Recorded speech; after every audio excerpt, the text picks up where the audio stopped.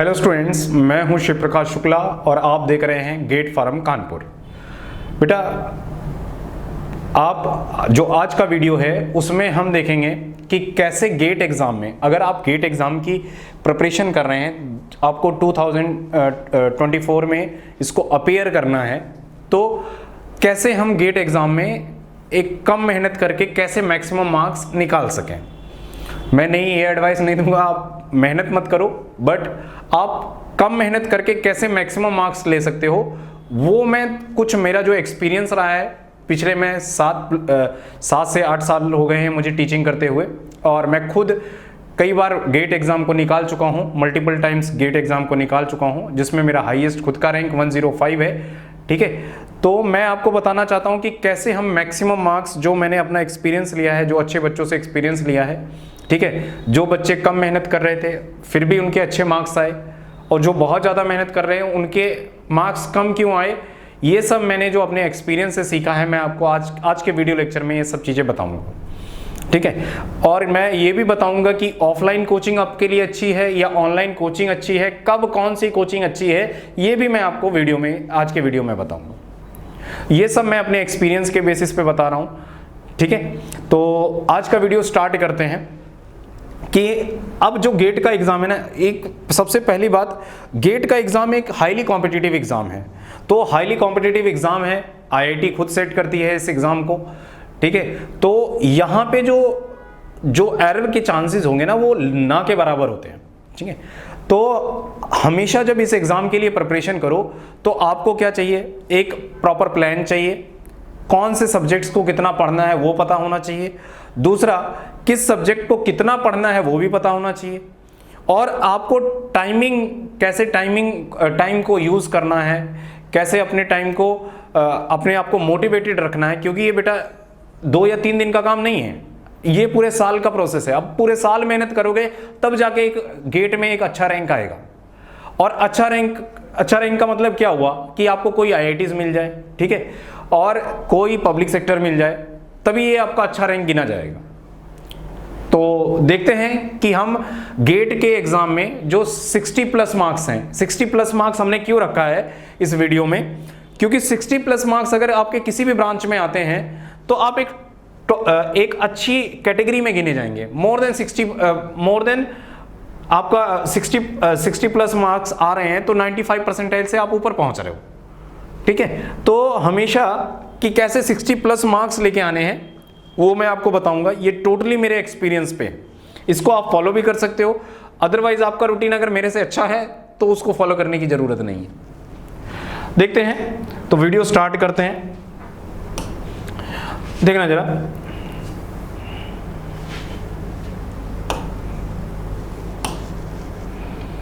ये जब भी गेट में अगर 60 प्लस मार्क्स लेने हैं तो सबसे पहले अपने सब्जेक्ट्स की प्रायोरिटी देखो।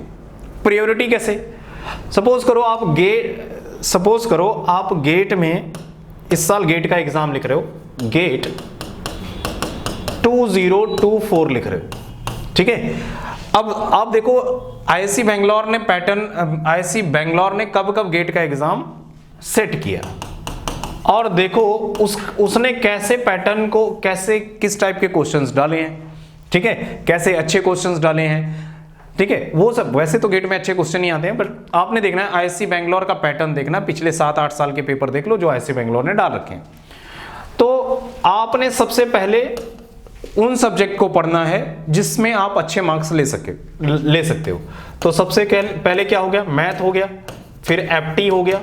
ठीक है, एप्टी के बाद सपोज करो मैं इलेक्ट्रिकल, ईसी है मेरा, इलेक्ट्रिकल है या आईएन है। ठीक है, तो ये तो सबके लिए होगा, मैथ्स और एप्टी तो सबके लिए होगा, तो 30 मार्क्स तो आप यहीं से ले सकते हो। 30 हो गए, 60 में से 30, और ये बेटा हर बच्चा ले सकता है 30 मार्क्स। ठीक है, किसी को भी कोई दिक्कत नहीं आएगी ये 30 मार्क्स लेने में, क्योंकि इसमें इंजीनियरिंग मैथ आता है, आपका पूरा इंजीनियरिंग मैथ आएगा और एप्टी आएगा, और यहां से 30 मार्क्स लेने काफी आसान है। तो इंजीनियरिंग मैथ करें तो किन टॉपिक्स पे फोकस करें, जैसे आप लीनियर अलजेब्रा से 2 मार्क्स ले सकते हो। ठीक है, कैलकुलस से 2 मार्क्स ले सकते हो, और वेक्टर कैलकुलस से 2 मार्क्स ले सकते हो। तो सबसे पहले उन टॉपिक्स को देखो, उन टॉपिक्स में से कौन से टॉपिक्स पूछे गए हैं। तो 30 मार्क्स यहां से आ गए। और सपोज करो इलेक्ट्रिकल ईसी इंस्ट्रूमेंटेशन है, तो आप सबसे पहले नेटवर्क पे जा सकते हो, नेटवर्क एनालिसिस। नेटवर्क के बाद बेटा आप कर सकते हो डिजिटल नेटवर्क अराउंड 10 मार्क्स के करीब, डिजिटल भी 10 मार्क्स के करीब। फिर आप जा सकते हो कंट्रोल पे, ये भी 8 से 10 मार्क्स में, ठीक है। उसके बाद कंट्रोल के बाद आप क्या कर सकते हो, सिग्नल एंड सिस्टम, ये भी 8 से 10 मार्क्स में। तो अगर ये 30 हो गए, 10 ये हो गए, 10 ये हो गए, कितने हो गए, 50, 10, 60 और ये 70। ये बेटा नॉर्मल टॉपिक्स हैं जिसको आप सिर्फ इन टॉपिक्स को कवर करके ही आप 60-70 मार्क्स ले सकते हो, ठीक है। उसके बाद आपके कोर सब्जेक्ट आ गए। सपोज करो इलेक्ट्रिकल के बच्चे हैं, इलेक्ट्रिकल के बच्चे को मशीन पढ़ना है, पावर सिस्टम पढ़ना है, ठीक है, पावर इलेक्ट्रॉनिक्स पढ़ना है, तो वो अपने इस कोर के ब्रांचेस को फोकस कर सकते हैं। तो इनको बेटा लास्ट में फोकस करो सबको। और सपोज करो आप ईसी के हो, ईसी के हैं, तो क्या हुआ, आपका कोर सब्जेक्ट क्या होगा, ईएमटी होगा, इलेक्ट्रोमैग्नेटिक थ्योरी। इसके अलावा और कोई इलेक्ट्रोमैग्नेटिक थ्योरी पढ़ोगे, उसके बाद कम्युनिकेशन सिस्टम्स पढ़ोगे। तो ये इन चीजों को फोकस कर सकते हो आप बाद में। लेकिन जो जनरल सिलेबस है उसमें से अगर लेते हो तो 60 नंबर, तो अगर आप इधर ले लेते हो तो 10 से 12 या 15 नंबर आप इधर ले जाते हो तो 70 मार्क्स, 70 प्लस मार्क्स आ गए आपके, तो एक अच्छा खासा रैंक आ जाएगा आपका, ठीक है। तो इस तरीके से आप प्रिपरेशन कर सकते हो। तो उसी देखना है कि आप कैसे उसको अपनी अपनी जो ब्रांचेस हैं, मैकेनिकल वाले अपनी कोर ब्रांचेस के सब्जेक्ट पढ़ सकते हैं, सिविल वाले अपनी कोर ब्रांचेस के सब्जेक्ट पढ़ सकते हैं। तो इस तरीके से आप इसकी प्रिपरेशन कर सकते हो। लेकिन आप अगर एफटी और इस पे फोकस करते हो तो आपका आधा रास्ता तो वैसे ही आसान हो जाता है। उसके बाद सबसे पहले जिस एग्जाम के लिए आप अगर जा रहे हो तो सबसे पहले याद रखना वो उस एग्जाम का पैटर्न कैसा है, ठीक है। पैटर्न क्या है, कैसा कैसे क्वेश्चन पूछे जाते हैं। तो गेट एग्जाम, जो हमारा गेट एग्जाम है, गेट एग्जाम का पैटर्न समझना है। तो जो ये गेट एग्जाम है उसका पैटर्न क्या है, कैसे टाइप के क्वेश्चन आते हैं। सपोज करो जो गेट एग्जाम देते हैं तो एमसीक्यू पूछता है गेट, एमएसक्यू पूछता है, मल्टीपल सेलेक्ट क्वेश्चन, इसमें सिंगल करेक्ट होता है, इसमें मोर देन वन करेक्ट होते हैं, ठीक है, और न्यूमेरिकल आंसर टाइप क्वेश्चन पूछता है। तो सबसे पहले जानना है एमसीक्यू एग्जाम पैटर्न में एमसीक्यू में कितने मार्क्स आते हैं। सपोज करो अगर आप सही कर रहे हो तो 1 मार्क्स मिल रहा है, और अगर आप गलत कर रहे हो तो आपके 1/3 मार्क्स डिडक्ट हो रहे हैं।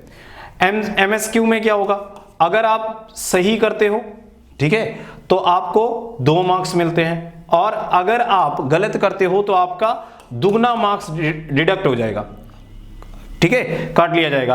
और न्यूमेरिकल आंसर टाइप में अगर सही करते हो तो आपको 2 मार्क्स मिलते हैं, और गलत करते हो तो आपको 0 मार्क्स। मतलब आप न्यूमेरिकल आंसर टाइप क्वेश्चंस पे आप तुक्का या जो भी मारना चाहते हो वो मार सकते हो, यहां कोई नंबर का डिडक्शन नहीं होगा। तो सबसे पहले जो भी एग्जाम आप देने जा रहे हो उसका पैटर्न देखो, उसका पैटर्न कैसा है, क्या पूछता है, वो कौन से टॉपिक्स पे फोकस कर रहा है। पिछले 10 साल के पेपर्स उठा के देख लो तो आपको एक अंदाजा लग जाएगा कि किस टॉपिक्स पे वो कंसंट्रेट कर रहा है, कहां से क्वेश्चन आ रहे हैं। तो आप प्रीवियस ईयर, जब भी किसी एग्जाम को जानना हो तो उसके प्रीवियस 10 से 12 साल या 15 साल के क्वेश्चन पेपर उठा के देख लो, तो आपको उस एग्जाम के बारे में एक अच्छा अनुमान लग जाएगा कि कहां से कौन सा क्वेश्चन आएगा, ठीक है। और वैसे भी अब किसी के बारे में जानना हो तो थोड़ा सा हिस्ट्री उसकी जान लो तो एक आइडिया लग जाता है उस बंदे के बारे में। तो सबसे पहले जो गेट का पैटर्न है उससे आप फैमिलियर हो जाओ, ठीक है। उसके बाद कितने क्वेश्चन आते हैं, सपोज करो कितने क्वेश्चन आते हैं, फिर उन हर क्वेश्चन में कितनी मार्किंग होती है, क्या नेगेटिव मार्किंग है, और उसका सिलेबस, और सिलेबस क्या है वो जरूर देखना है, ठीक है। तो ये सब आपने अंडरस्टैंड करना है, क्लियर है। तो नेक्स्ट देखो जरा,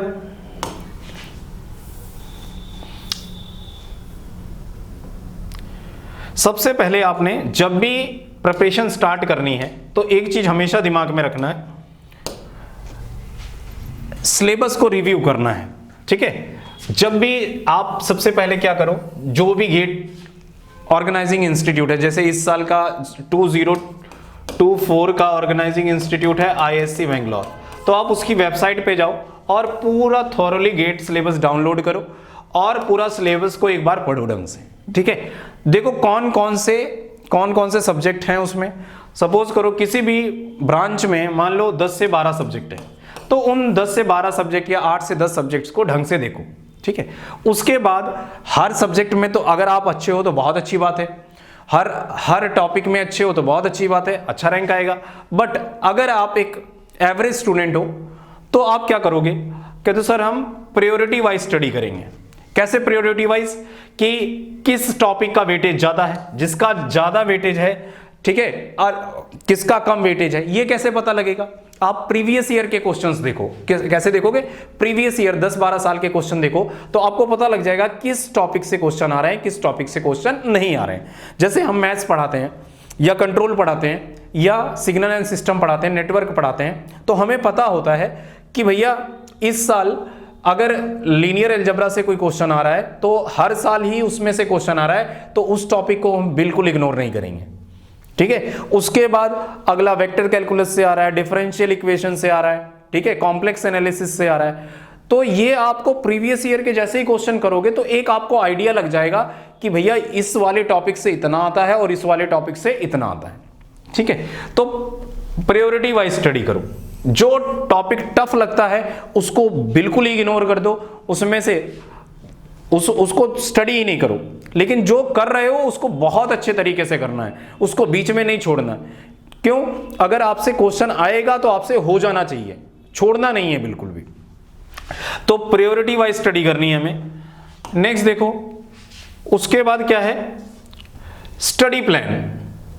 सबसे पहले जब भी कोई चीज पढ़ते हैं ना तो सबसे पहले उसका स्टडी प्लान होना चाहिए।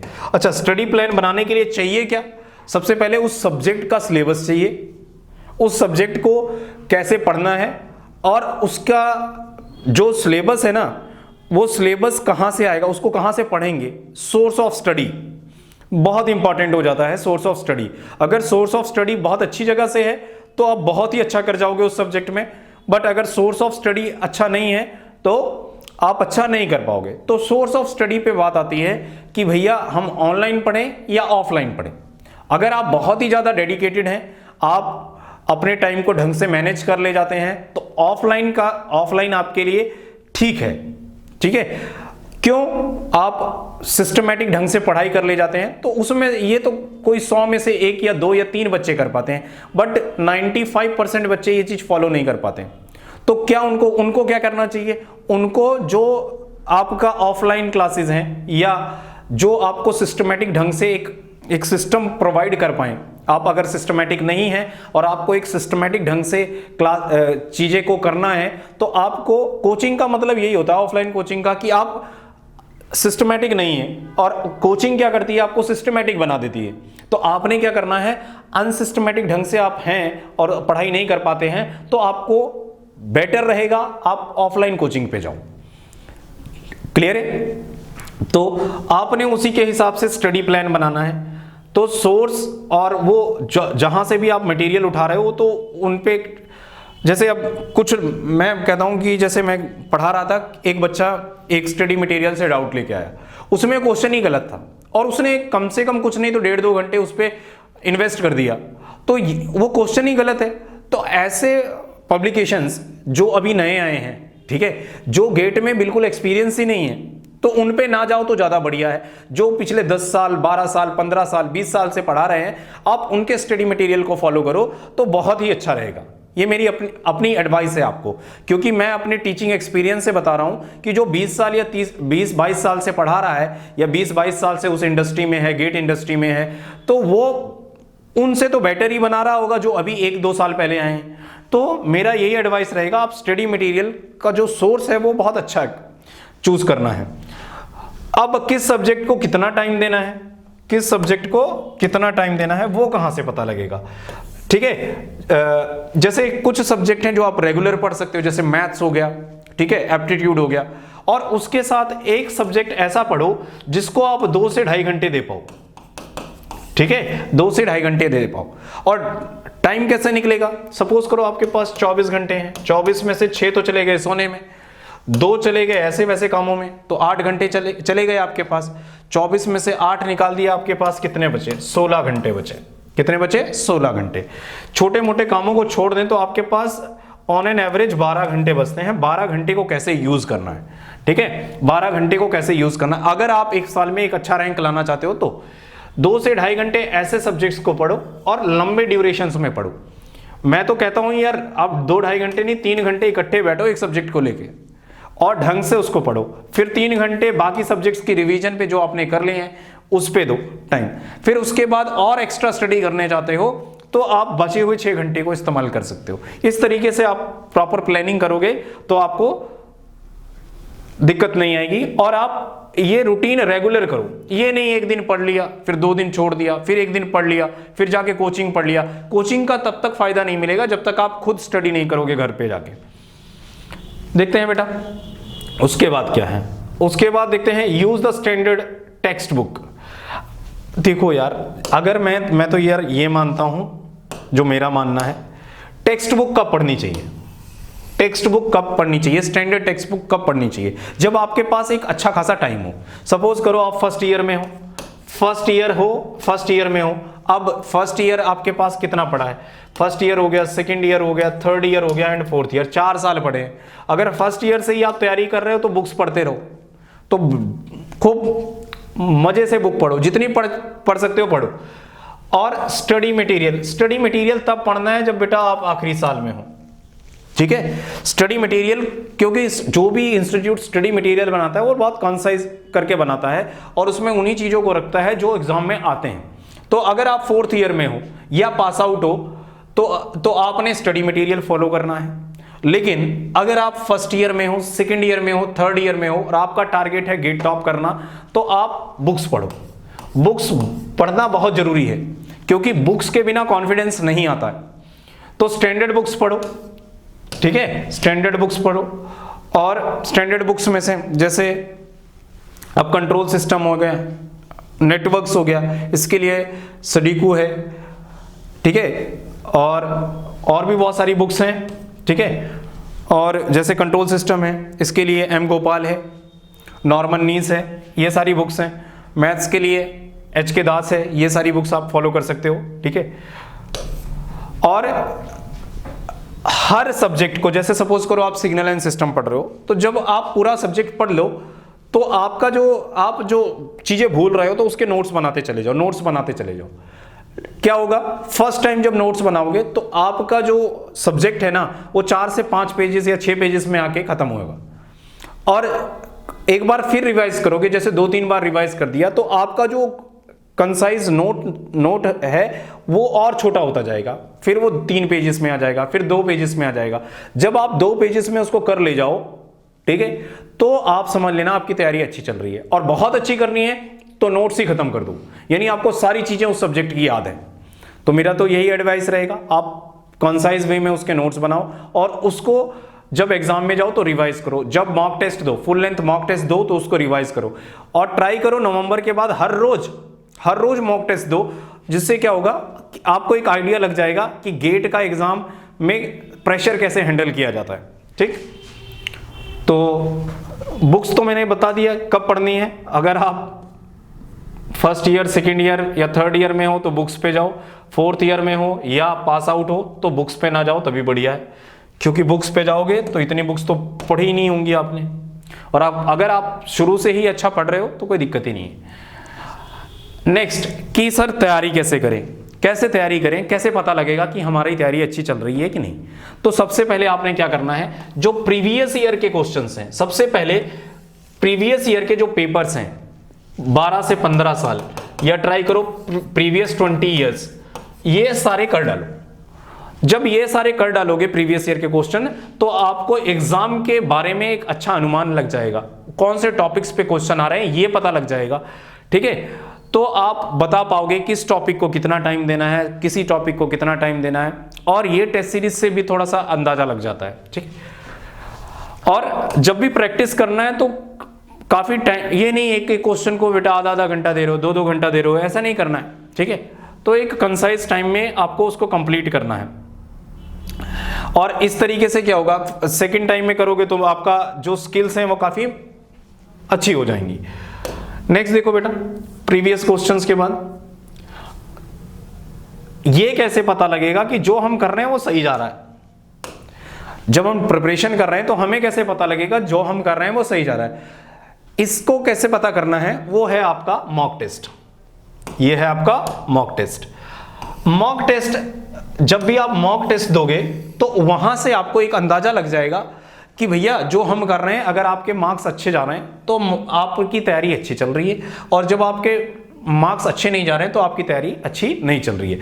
तो एक फुल लेंथ मॉक टेस्ट देना है, ठीक है। और मॉक टेस्ट देना इंपॉर्टेंट नहीं है, देने के बाद आपने उसको एनालाइज करना है कि कौन सा मेरा पार्ट अच्छा गया, कौन सा अच्छा नहीं गया। उसके बाद उस पे मेहनत करनी है, और एनालिसिस के बाद जब मेहनत करोगे तो आप में इंप्रूवमेंट होगा, ठीक है। तभी मॉक टेस्ट का फायदा है। तो आपने क्या करना है, फुल लेंथ मॉक टेस्ट देना है रेगुलरली, ठीक है। फिर आपको एक एक्चुअल गेट एग्जाम क्या होता है उसके बारे में जानकारी मिलेगी, ठीक है। फिर आपने क्या करना है, आपने एनालाइज करना है, बैठना है, एक मॉक टेस्ट दिया, बैठ गए, एनालाइज किया, कौन सा टॉपिक अच्छा गया, कौन सा टॉपिक अच्छा नहीं जा रहा है, उन टॉपिक्स पे मेहनत करनी है। फिर मॉक टेस्ट देना, फिर देखो वो टॉपिक बढ़िया हो रहे हैं कि नहीं हो रहे हैं। अगर वो बढ़िया हो रहे हैं तो आप जनरली क्या करोगे, बहुत अच्छा करोगे आगे के एग्जाम में। नेक्स्ट क्या है, गाइडेंस कहां से लें सर कौन हमें गाइड करेगा कि हम अच्छा कर रहे हैं या बुरा कर रहे हैं। तो सबसे पहला गाइडेंस, जिस भी कॉलेज में हो या जिस भी यूनिवर्सिटी में हो, आपने क्या करना है, एक ऐसे लोगों को ढूंढो जिन्होंने गेट एग्जाम पहले दिया हो या गेट एग्जाम दे रहे हो, या अपने सीनियर से बात करो जिन्होंने गेट एग्जाम देके पब्लिक सेक्टर में गए हो, आईआईटीज में पढ़ रहे हो, उनसे बात करो, तो वो आपको एक अच्छा गाइडेंस दे पाएंगे। तो सबसे पहले क्या करो, अगर मान लो कोई नहीं मिलता है तो हम क्या करें, तो हम क्या कर सकते हो, अपने ऑफलाइन कोचिंग कर सकते हो, ऑफलाइन कोचिंग ज्वाइन कर सकते हो, तो वहां से आपको मेंटरशिप अच्छी मिल जाएगी। या ऑनलाइन कोचिंग कर सकते हो अगर आप बहुत ही रिमोट एरिया में रह रहे हो, ट्राई करो। अगर आप सिस्टमैटिक हो तभी करना, अगर सिस्टमैटिक नहीं हो तो बेटर होगा आप ऑफलाइन ही ज्वाइन करो। तो सबसे पहले अगर आपके लिए ऑफलाइन सही बैठता है तो ऑफलाइन इंस्टीट्यूट ज्वाइन करो, ये काफ़ी बेनिफिशियल रहेगा क्योंकि आप सीधा टीचर से मिल पाओगे, किसी टीचर से इंटरेक्शन होगी, आप उनसे डाउट पूछ पाओगे, और इसमें आपको कॉन्फिडेंस भी आएगा जो जनरली ऑनलाइन क्लासेस में आप नहीं कर पाते। उसके बाद जो भी आपके कॉलेज के प्रोफेसर हैं उनसे कंसल्ट कर सकते हो जिसने गेट वगैरह का एग्ज़ाम दिया हो, और मेंटर भी हो जो भी हैं, ठीक है। और इस तरीके से आप उनसे डाउट पूछ सकते हो, और किसी से, जैसे मान लो कोई अपने ग्रुप ज्वाइन कर रखा है गेट वगैरह का, तो उससे भी आप डाउट वगैरह पूछ सकते हो। तो ढंग से इस्तेमाल करना है उन चीज़ों को। नेक्स्ट क्या है, टाइम मैनेजमेंट। कहता है टाइम मैनेजमेंट कैसे करना है। यार जो मैंने फॉलो किया था मैं वो बता देता हूँ। जब मैंने फर्स्ट टाइम गेट का एग्ज़ाम दिया था तो मैं जनरली 10 से 12 घंटे पढ़ लेता था, क्योंकि लास्ट ईयर था तो कुछ ज़्यादा काम भी नहीं होता था, तो 10 से 12 घंटे आराम से पढ़ लेता था। और धीरे धीरे, बट मेरा दिक्कत क्या हो गया था, लास्ट के जो टाइम्स थे ना उसमें मैंने स्टडी काफ़ी कम कर दी थी, अराउंड 6 से 8 घंटे, और भी कम ही कर दी थी यार, इतना भी नहीं पढ़ पाते थे। बस इसी वजह से मेरा शायद रैंक उसकी वजह से दिक्कत भी आया। और मेरा सबसे बड़ा दिक्कत था कि मैं यार नोट्स ढंग से प्रॉपर से बनाता नहीं था। और जब भी रैंक अच्छा आएगा तो आपके नोट्स प्रॉपर होने चाहिए, सारे सब्जेक्ट्स के नोट्स बने हों, क्योंकि लास्ट में नोट्स ही काम आते हैं। ना तो आपका टीचर काम आएगा, ना तो आपका फ्रेंड काम आएगा, ना तो कोई डाउट जो कंसल्ट कर रहा है वो काम आएगा, सिर्फ आपके नोट्स ही आपका सहारा रहेंगे। तो नोट्स बहुत प्रॉपर ढंग से बनाने हैं, ईच एंड एवरीथिंग मेंशन करनी है। और ये मत, दिक्कत क्या है, मैं जब नोट्स बनाता तो मैं अपने आप को बहुत होशियार समझता था कि भैया ये तो मुझे याद ही रहेगा। बट वो क्या होता है, जब रिवाइज कर रहे हो ना, एक चीज स्किप कर गई और मान लो वही चीज आ गई पेपर में, तो क्या होता है, तो वो चीज आप नहीं कर पाओगे। चाहे आपको बहुत कुछ आता है तो उससे क्या फर्क पड़ना है, कुछ नहीं पड़ना। अगर उस समय नहीं याद है तो गए आपके मार्क्स। तो आपने क्या करना है, उन चीजों पे फोकस करना है और रिवीजन करना है। किसी भी एग्जाम का मतलब ये आपसे कोई रिसर्च की बातें तो करेगा नहीं कि ये कब बहुत कोई इन्वेंशन की बात कर रहा है गेट के पेपर में, तो आपको वही चीजें ना जो बार बार आ रही हैं, तो वही चीजें करनी है। तो कोई इन्वेंशन नहीं करना है, यानी कि जितनी ज्यादा रिवीजन उतने अच्छे मार्क्स। अगर किसी एक सब्जेक्ट को आप 20 बार 30 बार रिवाइज करके चले गए तो सारी चीजें आपको याद रहेंगी और आप उसको उतनी ही जल्दी अप्लाई कर पाओगे, जिससे आपका टाइम भी बचेगा और आप उस चीज को सही भी कर पाओगे, याद भी रहेंगी चीजें। तो ये चीजें बहुत ध्यान रखनी है, ठीक है। तो मैं कहता हूं कि 3 घंटे जब भी पढ़ो बेटा, 3 घंटे एक सब्जेक्ट को जरूर दो। स्टार्टिंग में कोई एक ऐसा सब्जेक्ट पकड़ो, जैसे मैं इलेक्ट्रिकल ईसी और इंस्ट्रूमेंटेशन के बच्चों को बताता हूं, जो इलेक्ट्रिकल ईसी और आईएन जो ये बच्चे हैं, तो ये क्या कर सकते हैं, सपोज करो आप 8 घंटे पढ़ रहे हो, 3 घंटे ऐसे सब्जेक्ट को दो जिसको आप थॉरली पढ़ना चाहते हो। बट अभी नहीं, अभी आप मैक्सिमम पढ़ चुके होगे जब स्टार्ट करते हैं गेट की प्रिपरेशन, तो 3 घंटे उसको दो जिसको थॉरली पढ़ना चाहते हो, और 8 से 10 दिन में उसको निपटा दो, उस चैप्टर को, उस पूरे सिलेबस को निपटा दो। 3 घंटे ये दे दिया, 3 घंटे आपका रिवीजन में चला जाएगा जो प्रीवियस में है, ठीक है। और 3 घंटे जैसे 2-3 घंटे आपके मॉक टेस्ट वगैरह में चले जाएंगे, तो 8-10 घंटे आपके फिक्स हो गए, ठीक है। तो लेकिन ये 30, जैसे सपोज करो नेटवर्क कर रहे हो, नेटवर्क के पैरेलल में कौन सा सब्जेक्ट है, जैसे एनालॉग कर लिया, ये भी उसी के जैसा सब्जेक्ट है। तो जो सब्जेक्ट इससे रिलेटेड है वो कर सकते हो, जैसे सिग्नल कर रहे हो तो साथ में कंट्रोल कर लो। और सबसे आसान डिजिटल है, डिजिटल को तो बेटा रिवाइज करते रहो, जितना हो सके रिवाइज करते रहो, और वहां से काफी आसान क्वेश्चन बनते हैं। क्लियर है? तो ये हो गया हमारा। तो इस तरीके से आप कुछ तैयारी कर सकते हो। नेक्स्ट देखो, रिवीजन। बेटा ये तो सबसे इंपॉर्टेंट चीज है। किसी भी एग्जाम में अगर आपको ढंग से एग्जाम क्वालिफाई करना है, तो क्या करना है, रिवीजन बहुत जरूरी है। अगर आपको टॉप रैंक चाहिए तो रिवीजन करते रहो सब्जेक्ट की। कम से कम एक सब्जेक्ट को 20 टाइम्स रिवाइज करो। 20 टाइम्स रिवाइज करोगे तो आपका जो कंसाइज नोट है वो बेटा डिक्रीज होता जाएगा, उसके नंबर ऑफ पेजेस डिक्रीज होते जाएंगे। जैसे ही नंबर ऑफ पेजेस डिक्रीज हो रहे हैं तो धीरे धीरे क्या होगा कि आपको वो चीजें याद होने लगेंगी, और जब वो चीजें याद होती हैं तो आप एग्जाम में बहुत ही बेहतर करते हो, ठीक है। तो आपने क्या करना है, सफिशिएंट टाइम देना है रिवीजन के लिए। रिवीजन बहुत जरूरी है, और एग्जाम को क्या करना है कि उससे आपकी नॉलेज इकट्ठी होती हुई, जितनी ज्यादा नॉलेज इकट्ठी होती रहेगी उतना ही एग्जाम में उतनी ही जल्दी अप्लाई करोगे और उससे उतना ही टाइम बचेगा। तो रिवीजन बहुत जरूरी है। हर सब्जेक्ट की रिवीजन कम से कम 20 बार, नहीं हो सके तो कम से कम 10 बार करके जाओ। नेक्स्ट है कि सर इस ड्यूरेशन में कई बार क्या होता है, प्रिपरेशन के ड्यूरेशन में कई तबीयत खराब हो गई, कई कुछ खराब हो गया, तो क्या करो आप बेटा, सबसे पहले बैलेंस डाइट लेनी है, ठीक है। बैलेंस डाइट में क्या है, आप बाहर का खाना ना खाओ, घर का खाना खाओ, ठीक है। और टाइम दो, खाने को टाइम दो। जो आपके पास 2-3 घंटे हैं वो इन्हीं चीजों में वेस्ट करो, ठीक है। और उसके बाद क्या करना है, एक्सरसाइज करो रेगुलर। अगर आपको कोई दिक्कत है, आप फिट हो तो कोई दिक्कत ही नहीं है यार, ठीक है। फिट वाले को क्या दिक्कत है, आराम से पढ़ता रहे। और ज्यादा स्ट्रेस मत लो। मैं तो कहता हूं जब आप एग्जाम की तैयारी कर रहे हो तो इग्नोर करो बाकी चीजों को। घर में कुछ हो रहा है इग्नोर करो, सिर्फ फोकस किस पे करना है, अपनी पढ़ाई पे। पढ़ाई के सिवा दुनिया में कुछ नहीं है। उस समय ऐसा लगे 1 साल कि भैया कुछ नहीं है, ये 2-3 महीने में सिर्फ और सिर्फ हमारी पढ़ाई है। तो और मेंटली फिट रहो। मेंटली फिट का वही मतलब है कि दूसरे की कोई चीज हावी नहीं होनी चाहिए आप पे, ठीक है। तो ये सब करना है, और ये सब करोगे तो कोई दिक्कत ही नहीं आनी चाहिए।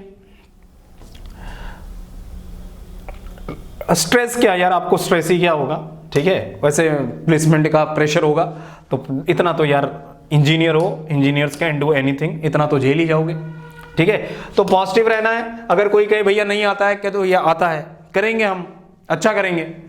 अगर कोई कहता है कि ये नहीं कर पाओगे, कह दो कि ये करेंगे, कैसे नहीं कर पाएंगे, हम तो कुछ भी कर सकते हैं।